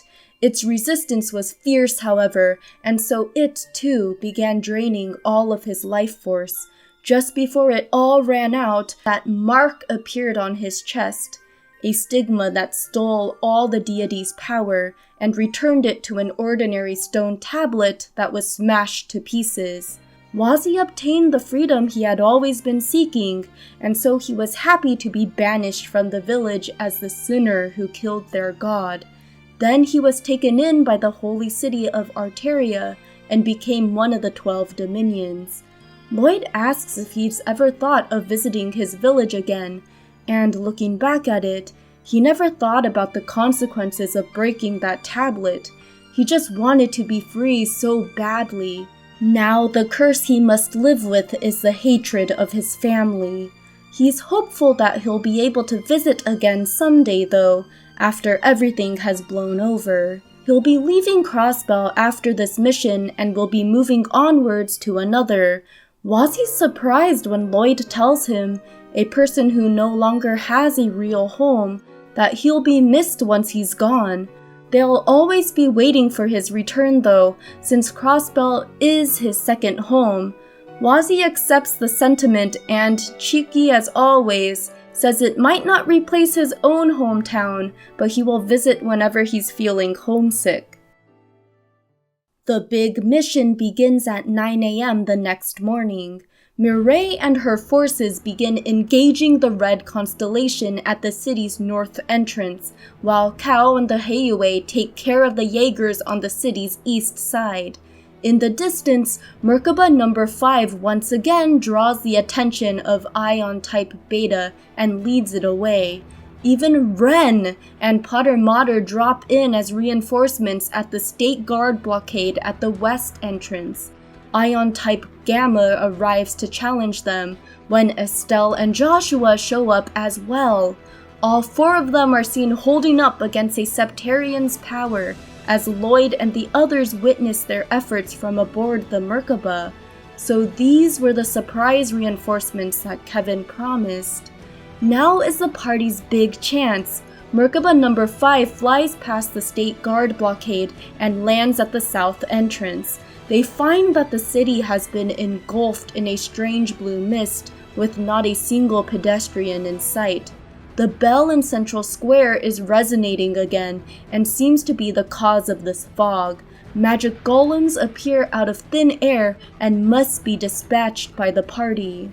More and more keep appearing, but thankfully the Chief and Dudley arrive to buy them a retreat route and lead them to the resistance forces within the city. Underneath downtown, in the Geofront D division, they learn that President Dieter declared martial law, travel restrictions, and engulfed the city in that mist after the chairman's broadcast. Even the resistance won't overlook this anymore. It's time to retake Orcus Tower. Together with the Bracers, the CSPD will launch an all-out assault on the pack of magic soldiers surrounding the tower. The diversion will give a second group a chance to infiltrate the building. Chief Sergei is filled with pride when the SSS volunteers as the break-in team. The preparations aren't quite ready yet though, since Chief Robert's team is still in the process of hacking Orcus Tower. They must shut down the jamming device and restore communications throughout the city. An estimated 1 hour until preparations are completed, then the operation can commence. Detective Dudley will be joining Lloyd's team since he knows the tower's layout from the trade conference blueprints. Then it's decided that the SSS's orbital vehicle, possessing great horsepower and speed, will be the perfect thing to ram through enemy forces and into the building. In the downtime before the mission, they learn that Mr. Rains, Reporter Grace's rookie cameraman, actually works undercover for a private research agency out of Liberal. You guessed it, it's former Colonel Richards' RNA research. He wishes them luck with the Orcus Tower operation, even though they never actually mentioned it to him. They also learn from the graveskeeper that lawyer Ian's deceased wife and child are buried here. They lost their lives in an accident 15 years ago, and every weekend he comes to visit. They go grab the car, but before they can drive back, they receive a call from none other than Kilika Roron. She'd like to exchange some information in one of the train cars at Crossbell Station. Naturally, this means Lecter is there as well. They've both been in the city conducting research since this disaster broke out. As for Lecter's boss, Osborne foresaw everything, each event, from Crossbell gaining a Septarian, to the Erebonian Civil War, to his own assassination, not to mention the barrier that Crossbell would serve as to hold off a Republican invasion. Even though the society is on the move in the Empire, the true threat may just be the Blood and Iron Chancellor. It's unlikely that President Dieter has noticed, though. He has quite the charisma, but can only approach politics as a business manager. In fact, he left the Croix clan's mission to his daughter, meaning Lecter and Kilika already had an inkling as to what Kia was all the way back during the auction. However, the main thing they both wish to ascertain is the identity of the one who's actually pulling all the strings. It must be someone who has a great understanding of politics, economics, history, and international relations. Thinking back to all the times they spoke to Mr. Nielsen, Lloyd can only picture one person. Kilika is thinking along similar lines, but also has no real evidence. And so, Lecter says they will be joining them in the operation to liberate Orcus Tower.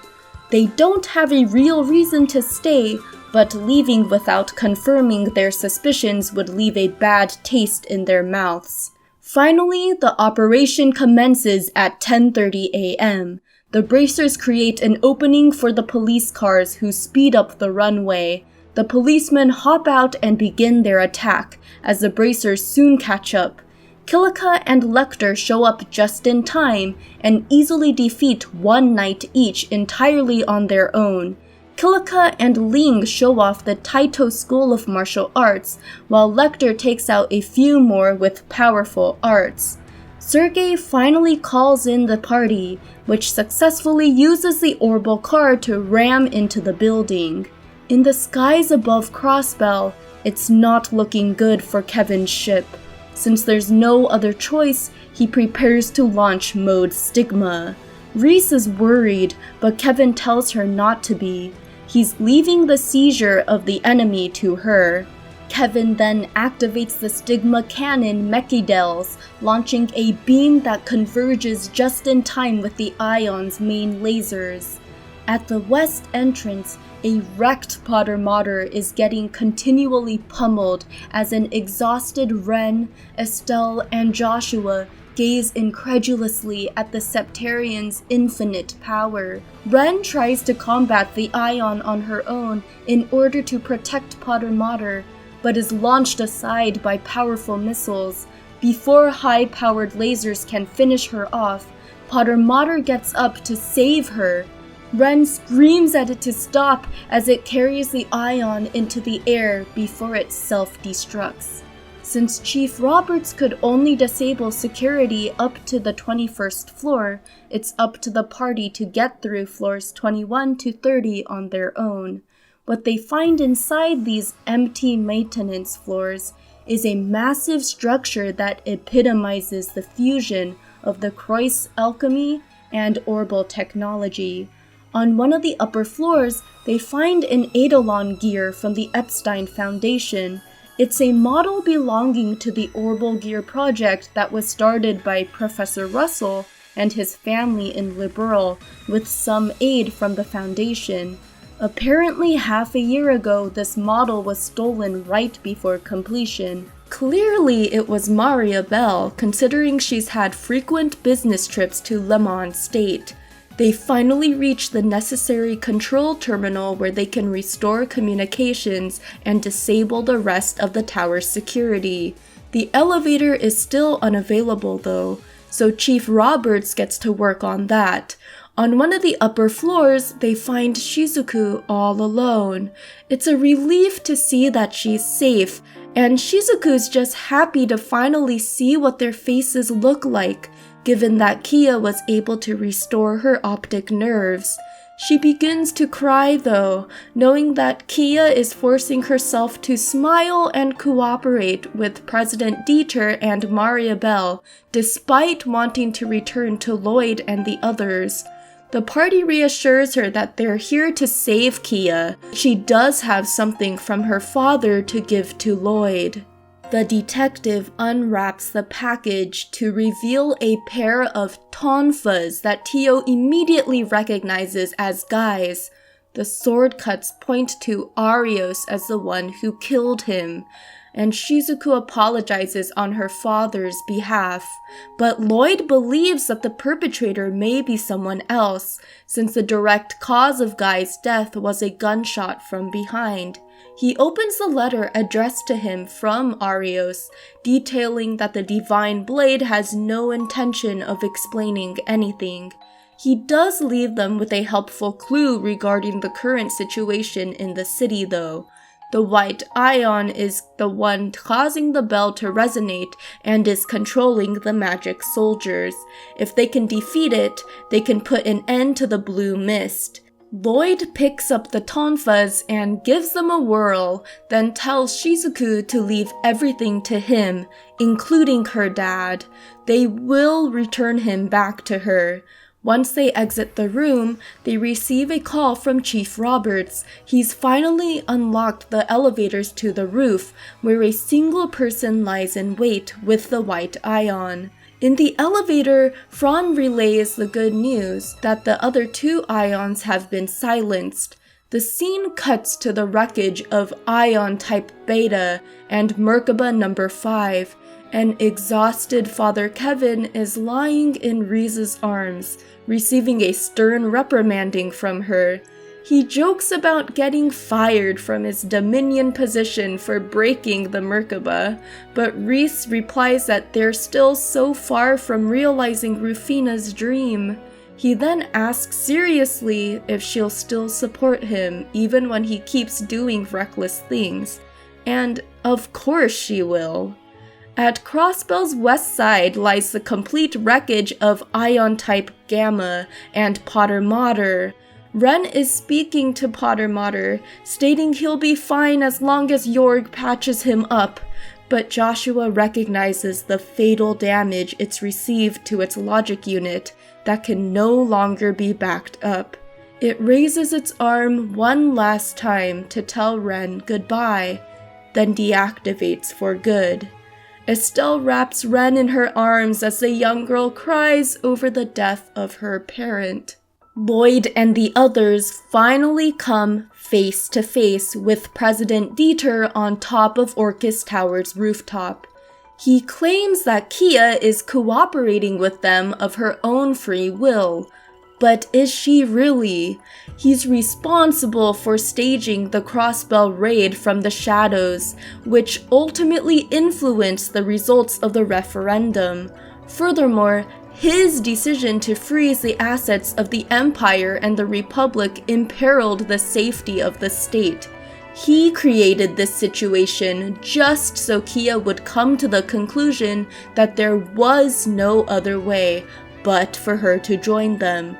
Is this truly his idea of justice? Yes. Their current governmental structure has its merits, but it moves too slowly to get anything done. Remember the assassinations that took place in order for Calvard to achieve their democracy? Nothing is truly justified in the end. True justice is realized through power and will. He wasn't interested in the Croix family's goal at first. Therefore, his daughter knows much more about it than he does. But when he realized that recreating the Septarian was actually possible, he was finally thankful to be born into this family. This power allows him to guide the continent through this period of upheaval and spread his idea of justice throughout the land. He has no maniacal desire to rule over the continent. He just couldn't stand it. This reality of being trapped within nations that are always at war with each other. In this light, he doesn't care about Crossbell's independence or the chairman's declaration of invalidity either. All that matters is his ability to spread justice and realize a peaceful world. The party can sympathize with many of his beliefs, but at the same time, he's overstepping the will of the people with Kia's power and asserting the ability to rewrite any rule as he wishes. Lloyd confronts Dieter, while still acknowledging that he's learned much from him. Each member of the Special Support Section serves as a police officer, whose duty is to carry out justice by following and enforcing the laws created by the people. Their discernment of the law may not always be correct, but they still try their best to pursue justice through these legal means. Dieter's response is that their perspective is for those who don't possess the necessary power and will to realize true justice. But once one obtains the means, they should use it to spread their ideals. Otherwise, it's just sheer laziness.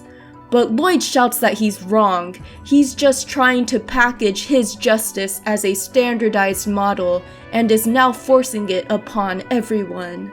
Dieter becomes defensive and brings up the reforms he passed as mayor. Do they deny the results he achieved? But those are separate matters. As someone she respects, Ellie wants Dieter to understand his own failings. Since they're not getting anywhere, Dieter activates the spiritual energy conversion function of the tower and takes direct control of the ion. His justice or their justice? Whose will proves stronger? After an intense fight, it finally looks like the machine is down for good. However, the limitless energy supplied by the Septarian of Zero revives the ion, making it essentially indestructible. Dieter tells them to surrender peacefully, but suddenly the machine ceases all functioning. The bell in Central Square ceases to resonate as well, and all the magic golems dissipate. Then the sixth Anguis appears on the rooftop to inform Dieter that his data collection is complete, so he'll be departing soon. The white ion will be coming with him as well, though Dieter exclaims he has no right to take it since he bought this model from the society. It turns out that the terms of the contract have changed, courtesy of his own daughter. Maria Bell then appears on one of her holographic images. She and Kia have been long gone from Orcus Tower. The other members of the conspiracy join her, as Dieter can only look on, incredulous that they've all betrayed him. Arios apologizes for deceiving him. He's actually been collaborating with Maria Bell and Lawyer Ian's plan from the very beginning. Everyone but Lloyd is shocked, since the detective was able to piece together the real mastermind with Nielsen's help and other clues. As for Dieter, he can't believe that his mentor is betraying him. Though Ian acknowledges that Dieter did a fine job, he unfortunately has a fatal flaw: his idealism. Maria Bell has even harsher words for her father: manipulating the cult, hosting the trade conference, instigating the Crossbell raid, and even holding the referendum. Who gave him those ideas? Since Dieter ultimately showed himself unable to handle the master plan, Ian will be taking over the Azure Zero project from here. And what is this Azure Zero project? Its goal is to bring about the rebirth of the Tree of Azure, the ruler of space-time and all causality. An azure light begins glowing from the marshlands before all bear witness to an absolutely massive azure tree springing forth. Professor Novartis revels at the sight. Its magnificence exceeds even the arrival of the salt pail. Ellie demands to know where Kia went, but Maria Bell wonders what she's talking about. They're looking right at her, since she's the very tree itself. Arios tells them not to worry, since her heart and body are still intact. She has now become the arbitrator of all things, a result that's good for all parties. Maria Bell thanks her father for all his support up to now. Even though he was a romanticist at heart, she's never hated him. Then they all take off. Dieter finally collapses at these overwhelming revelations. Then Novartis teleports onto the white ion before disappearing with it. Chief Sergei finally catches up and sees that the situation's still far from over. Wazi calls for the Merkaba so the party can head to the Azure Tree immediately. The chief will deal with Dieter and secure the city. The Tree of Azure is a complete form of the man-made Septarian. Though Zeit can't know for sure all the powers it holds, it surely possesses the attributes of mirage, time, and space. There's probably nothing it can't do. A power that truly rivals the goddess herself. So they steel themselves for what lies ahead. Merkaba number 5 speeds towards the tree and catches the attention of the red constellation's Beowulf. The Merkaba avoids their fire, but hits the electromagnetic minefield. Wazi initiates the use of the anti-shock barrier to force their way through. Then they finally make it inside and find an ethereal and tranquil maze of branching paths. Lloyd oddly catches wind of the same voice that plagued him in Zero. The gravity distortion in this place grounds the Merkaba, so they must proceed on foot. Eventually, they reach an entrance that is sealed off by a magic barrier. Avoiding Ellie's questions, this image of Maria Bell explains that this entire sanctuary is born of Kia's mind. It's a reflection of both her wanting them to come and also not wanting them to come. To add on to it, Maria Bell has prepared different gates for them to enjoy. The grounds these gates lead to reflect the inner minds of the others who are part of the conspiracy. Only after they enter with the correct person will they be granted entry into these smaller realms. The first gate calls for Wazi. They enter a desolate wasteland with dangerous spaces of intense negative energy fizzling throughout. The party carefully navigates around these spaces and arrive at Wald at last.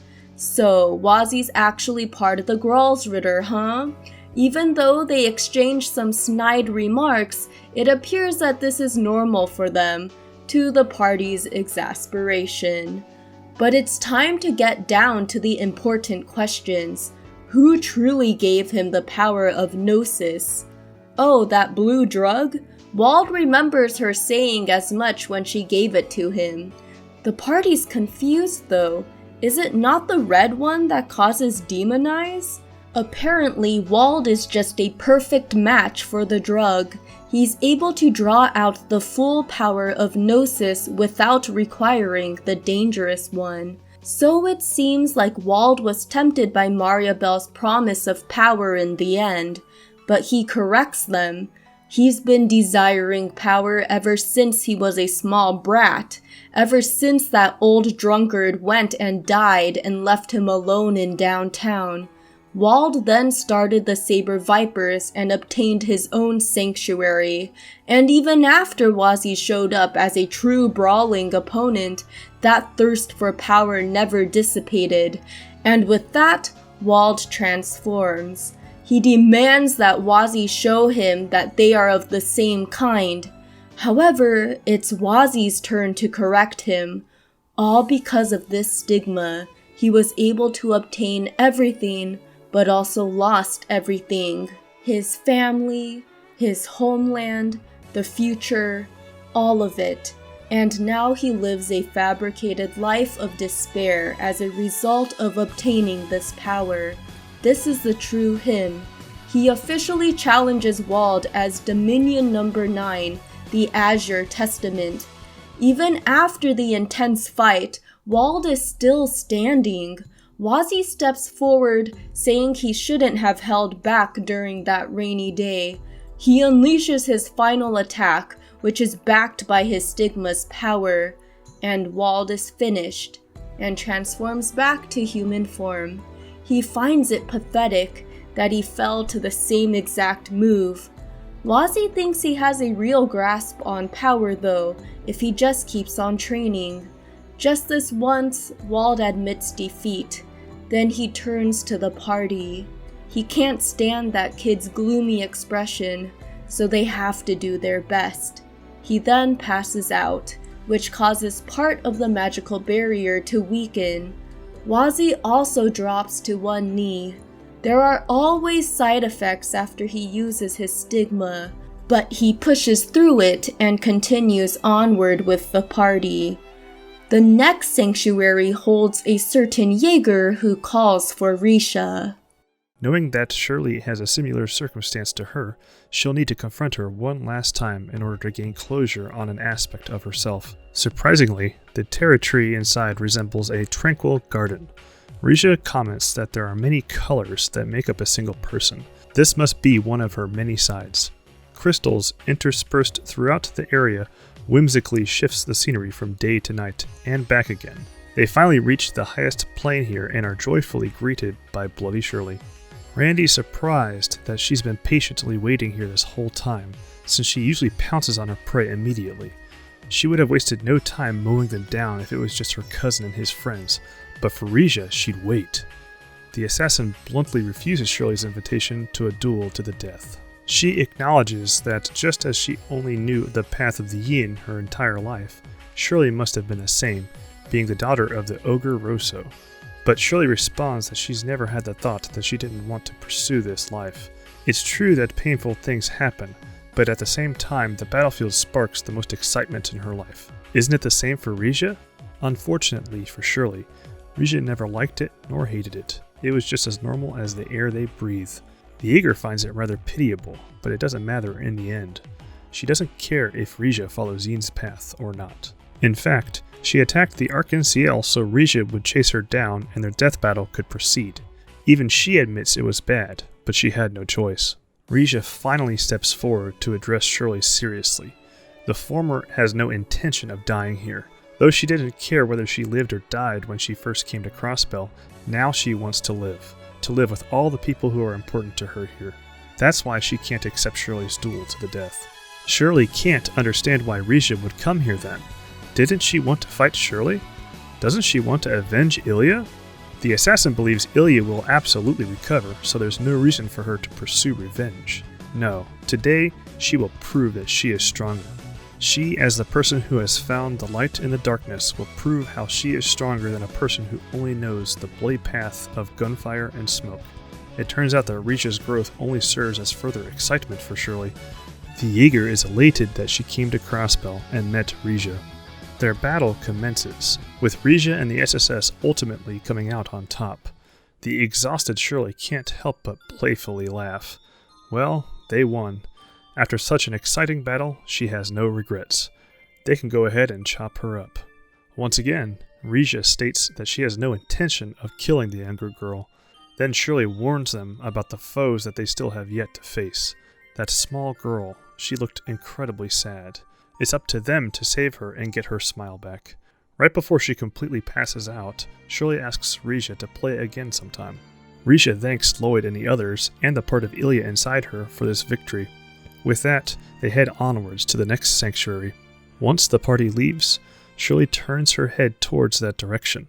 It would have been a perfect time to blow off their heads. She must be growing soft. Perhaps it's best that she accept the society's offer after all. Then she passes out for real this time. They return to the other plane and see that they can now proceed forward. Soon another gate lies in wait. This time, it's Sigmund calling for Randy. Having learned from his past mistakes, the redhead asks for the others' help in overcoming his uncle. They are transported to a burning wasteland that's somehow nostalgic for Randy. Carefully avoiding the flaming pits, they finally make it to where the ogre Rosso, the strongest Jaeger, is waiting. Randy must have noticed the turmoil throughout the continent. Jaeger and terrorist activities will only increase, and the feud between the society and church will continue to spread. The times of peace are at an end. So Randy wasn't wrong when he caught whiff of the coming storms of war. Sigmund knew his nephew was a Jaeger to the bone. So why does he continue to live a tranquil life? This will be the final time he says this. It's time for Randolph to succeed his father. Once this era of peace is over, he'll no longer have a foothold to resist. In spite of this, Randy's answer is a firm no. Seeking peace even in times of conflict, seeking justice even in a world of deceit, this is the foothold he's found with the SSS. He will stand against his own family's karma with this very foothold. Sigmund then unleashes his overwhelming aura, stating if that's truly his answer, then he no longer has to go easy on him. That's fine with Randy, who unleashes his own aura. So be it. The ogre Rosso will devour him and succeed as the war god then. Randolph will be just the minimal offering necessary to his brother, who raised a failure of a son. Sigmund serves as their toughest opponent yet, but together the party emerges victorious. So this is the power of Randolph's new foothold. Even though he did his father the greatest ingratitude by walking away without settling things, Baldur was worried about him, even if he never said it. But it looks like Randy has grown up a bit. He better show him just how far this new courage will take him. With that said, the ogre Rosso collapses backwards, dispersing the magic barrier. They continue to ascend the dungeon until they reach the final sanctuary at last.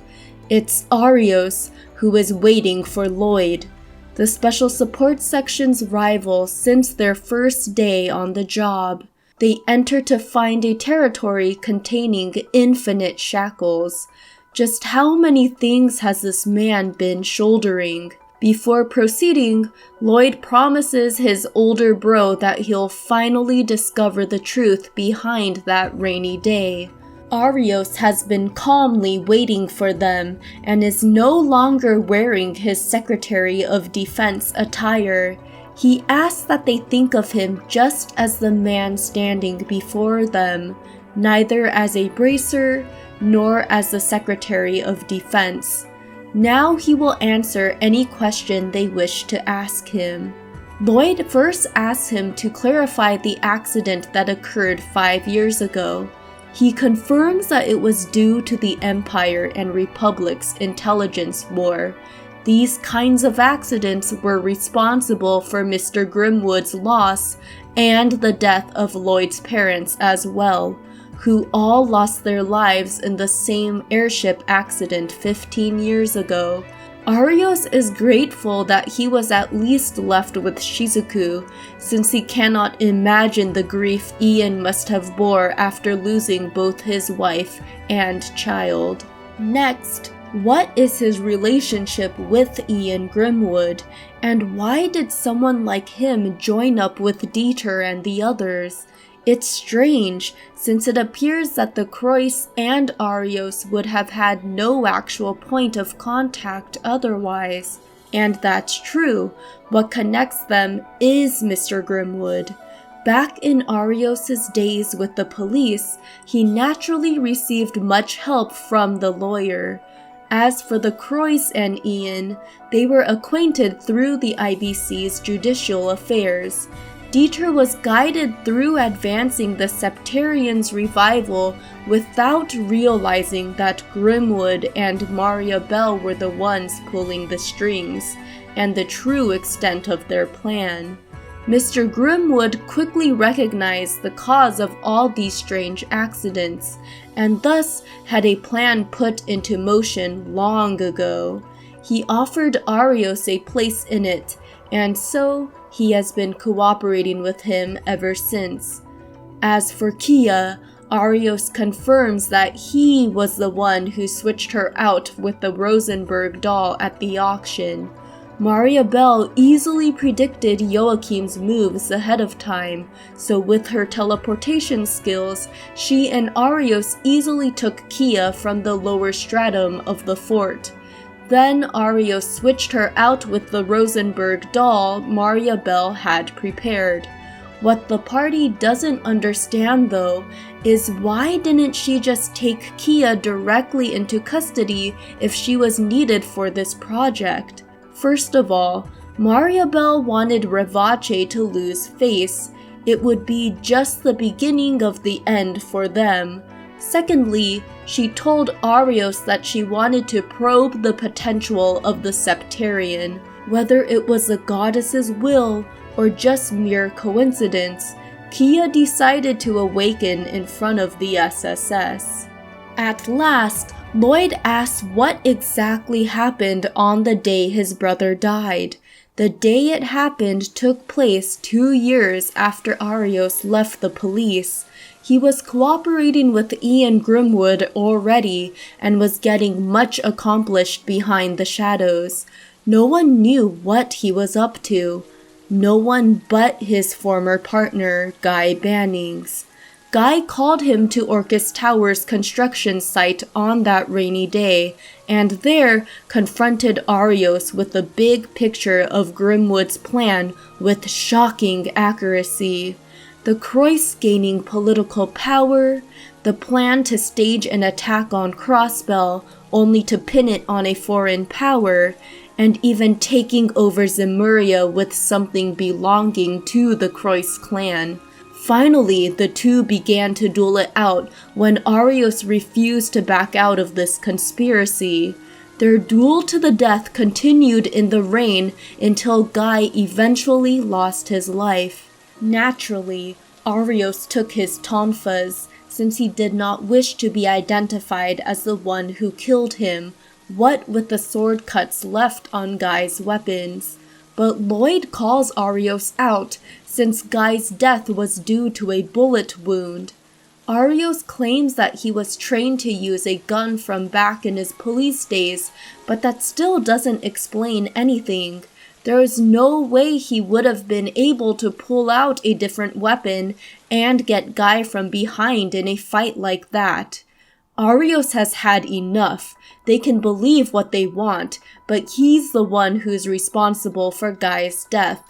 And now he's complicit in a project that exploits a little girl, all to secure Saya and Shizuku's future. This curse of Crossbell that stole Shizuku's mother and sight. As long as Crossbell remains in its current position, this curse will never fade. But Guy never blamed him despite their duel, and a miracle occurred and restored Shizuku's sight. So now he can never go back. Arios draws his sword and commands Lloyd to avenge Guy with the very tonfas he left him. And Lloyd accepts his challenge, but not out of revenge, in order to carry the wills of all who believe in them, and to get Kia back. They will overcome the barrier Arios has set before them. The SSS demonstrates their strength.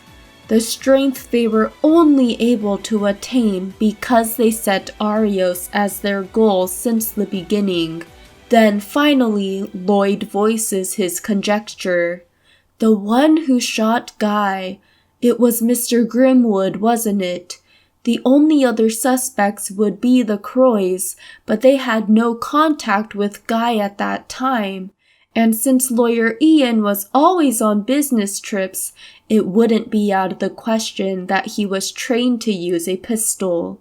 Arios recalls the conversation from that day.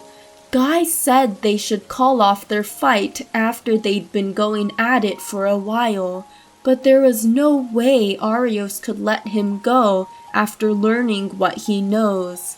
If Guy wished to live long enough to be wed to Cecil in the coming month, he'd better come at him with the intent to kill. They began speaking like old times, but then a single gunshot pierced the air. Guy's suspicions were confirmed as Mr. Grimwood apologized.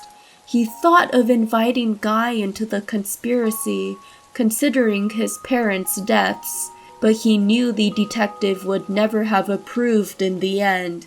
Then Guy took his final breaths.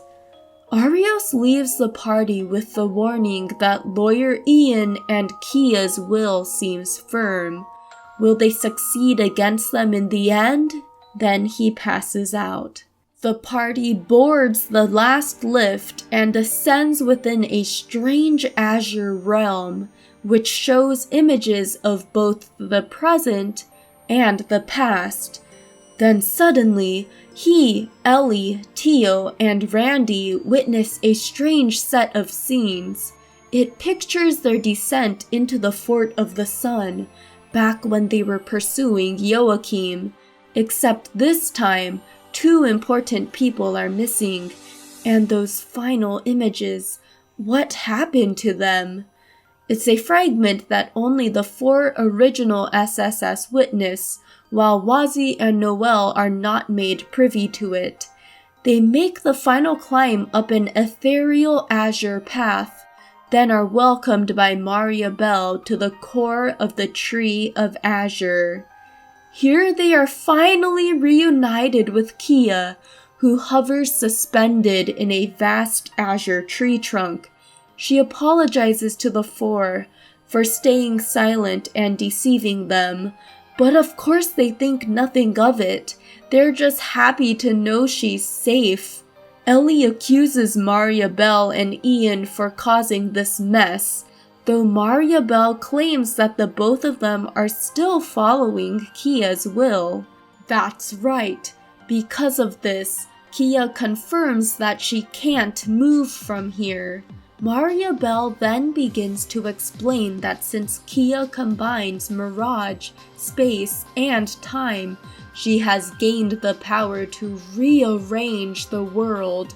She's able to alter reality so that an outcome where a major conflict occurred can be remade into a peaceful one.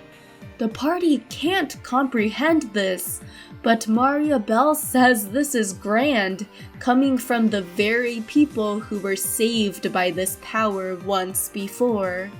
It can't be. Those scenes they saw on the way here, and Lloyd waking up on the train to Crossbell. Reality has been altered once before, when the SSS were massacred by a demonized Joachim. Kia explains that the 4 were not close to Estelle, Joshua, and Ren in that first timeline, so when they entered the ruins and challenged Joachim, Ren's help never came. Kia's interference made it so that the SSS were able to help Ren with her problem, and in turn, become friends with Estelle and Joshua. However, that scenario is just one small example of what the Tree of Azure is capable of. This place amplifies Kia's powers through its link with the septium veins. Wazi mutters that this is just like the original primal ground, as Maria Bell continues. Mankind wouldn't have to fear any outcome. there would be no sorrow, only happiness in the world. Man would be free from all anxieties and free to pursue only what is good. This is the epitome of alchemy's greatest skill, ars magna. Lloyd asks Lawyer Ian if he's truly okay with this outcome. The original Septarian of Mirage eventually despaired and disappeared. Does he really intend to force such a heavy responsibility on such a small girl? But Maria Bell claims that's why they're here. Knowledgeable people like Mr. Grimwood will guide Kia in the right direction to achieve the best outcomes. This can't be. Does this mean he intends to deny the entire democratic process? But Ian responds that Ellie knows the faults of democracy. Furthermore, he intends to consult with many other knowledgeable persons. Chairman McDowell, Dieter, even the SSS. In order to secure the path for the future, they need the opinions of the youth as well. After everything they have witnessed, they must know what's needed for this future era. But Lloyd appeals to Lawyer Ian one last time. Man, society, and history, it all possesses its own dignity. Yet Ian's proposal violates the dignity of all those concerned with the events that are brushed aside and pretended to have never happened. Without encountering adversity and overcoming it, man will never gain a catalyst to grow. At this, Ian can muster no rebuttal. Then Lloyd calls out to Kia. When the four of them lost their lives before, they must have caused her such heartbreak. He apologizes for being so worthless, but Kia says they have no reason to apologize. She decided to do that of her own free will. If that's so, then why does she always look so depressed? She used her power to alter reality so that they would live, meaning she saw that outcome as unfair. She is rendered silent by Lloyd's words. Relying on Kia's transcendent powers for everything, despite Ian's attempts to explain his proposal, is disrespectful to the true way to conduct politics. Overcoming difficult challenges through a system of dialogue, proper procedures, and everyone's input, that's the proper way.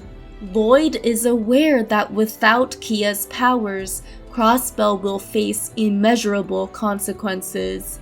Even so, he can't accept forcing everything upon Kia as the correct choice. Man never grows up by relying strictly on miracles after all. That's why they must persevere despite the pain. Lawyer Ian finally concedes defeat. He truly tried to believe that this plan wasn't all due to his personal grudge, but it looks like he was just deceiving himself. He apologizes to Lloyd, to Kia, and then finally to Maria Bell. Surprisingly, her response is casual and cordial, until she pierces him with spears of magical energy. Why are they so surprised? She merely disposed of a now useless tool, and now Kia is no exception either. Then the young girl is engulfed in a red light that causes her immense pain. Since Kia is a product of the Croix's alchemy, isn't she to be used as Maria Bell pleases? Now what will come out on top? The weight of the Croix clan's plans that spans over a millennia? Or the party's bonds that don't even amount to 1 year? Once their fight concludes, Maria Bell releases Kia from the red light. She then turns to the girl and asks if she's told them about a certain secret. It appears she hasn't, considering Kia's panicked reaction. It's true that the SSS really loves darling Kia, right? A homunculus who has no actual soul, and is just a doll that ties together the countless souls the cult sacrificed. She's only able to cull the affection of Lloyd and the others, and actually of anyone she encounters, because of her powers. Kia begins to sob now that the secret is out. Hasn't the SSS ever found it strange that they felt so attached to Kia even after just meeting her? The girl in question shouts that none of this is true, but Maria Bell corrects her. It's easy for her existence to capture the hearts of everyone due to her power over all causality. Kia screams and transforms into a massive Azure being. Maria Bell then introduces this being as a unification of the Septarian of Zero with the Tree of Azure, the god of the false world who shatters the shackles imposed by the goddess, the Azure Demiurgos. Once the party inflicts enough damage to this powerful being, it reverts back to its Septarian of Zero form, before turning transparent. Tio can only sense sadness and despair, and even Maria Bell appears worried. At this rate, what happened to the Septarian of Mirage will occur once again. But Lloyd rushes forward and attempts to reach Kia. Then he's pulled into the world of Zero, a place devoid of anyone or anything. And yet, he feels no anxiety or fear. Then a voice chimes in, and out of the blue appears Lloyd's older brother, Guy Bannings. This world of Zero can reorganize reality at will. Guy explains that Kia probably found out about him after tampering with the past, and has tried to spin anew a reality in which he never died. Of course, Lloyd would be happy if Guy was still alive, but that would also negate the time after he died, where everyone has been trying their very best. A world in which he joined the special support section is just not their current world. For this reason, Lloyd ultimately can't accept a reality where his older brother is still alive. Guy is proud of Lloyd for believing this. He walks up to him to give him a taste of his own head pats and a big hug. He's glad to know that Tio grew up into such a fine kid, and that Lloyd is ultimately surrounded by a bunch of other nice comrades. Lloyd then steps away. It's time for him to return to where everyone is waiting. No matter what barrier lies before him, he will overcome it. So Guy shouldn't worry, but instead just watch over him. Guy knows with how far Lloyd has come, he'll be able to reach the true Kia for sure. He then cheers him on as Lloyd runs off. Lloyd finally finds Kia sitting all alone in a completely desolate world. How was he able to find her? It's because he heard her voice. Kia still believes she has no right to be treated with such kindness, because she's not even a real human. So Lloyd sits beside her and says she's given all of them as much, if not more, happiness than they've given her. Didn't she have fun being with all of them? Of course she did. She was so happy, but it was all because she induced them to feel that way. She manipulated them. But Lloyd kindly corrects her. Whether the four of them were really manipulated or not, isn't that just what other cute things like kittens and human babies do? Perhaps her power is just something along those lines.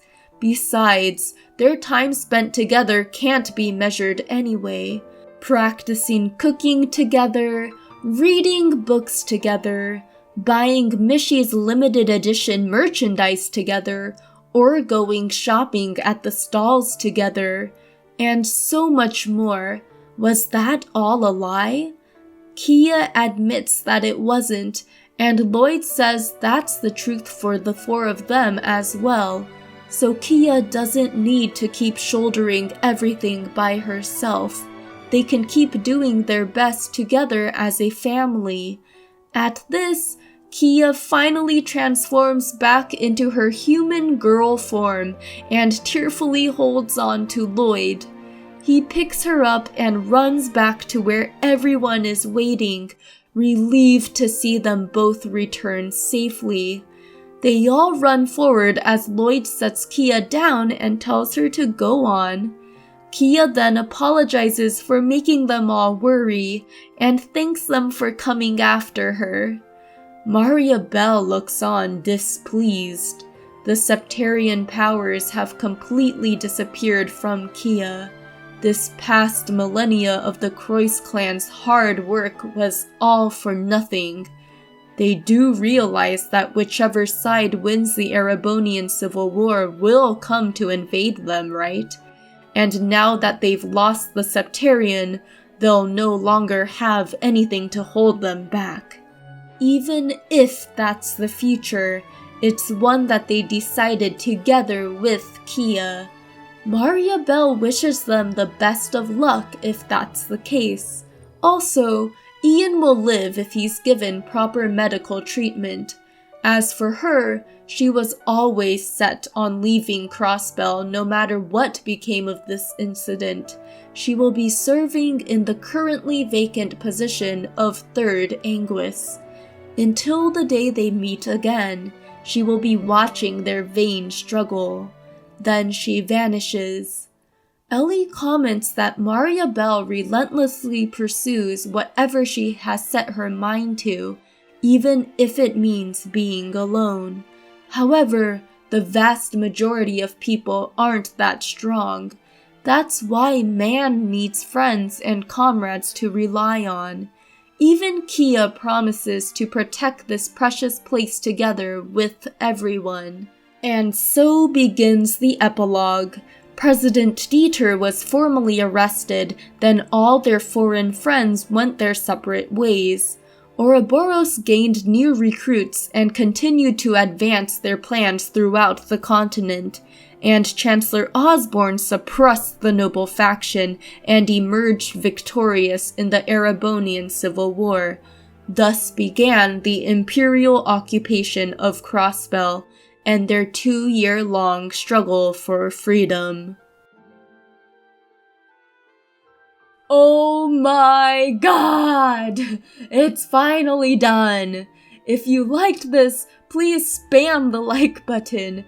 Big thanks to my pals who helped me with this long video, and thank you all for sticking around throughout this long recap series. I can now begin a character study analyses/series for Trails, which, by the way, if you'd like to support me on Patreon, certain tiers can vote in the polls for which character I'll be doing a video on next. There's a current poll already running, by the way, so until next time, take care. See ya!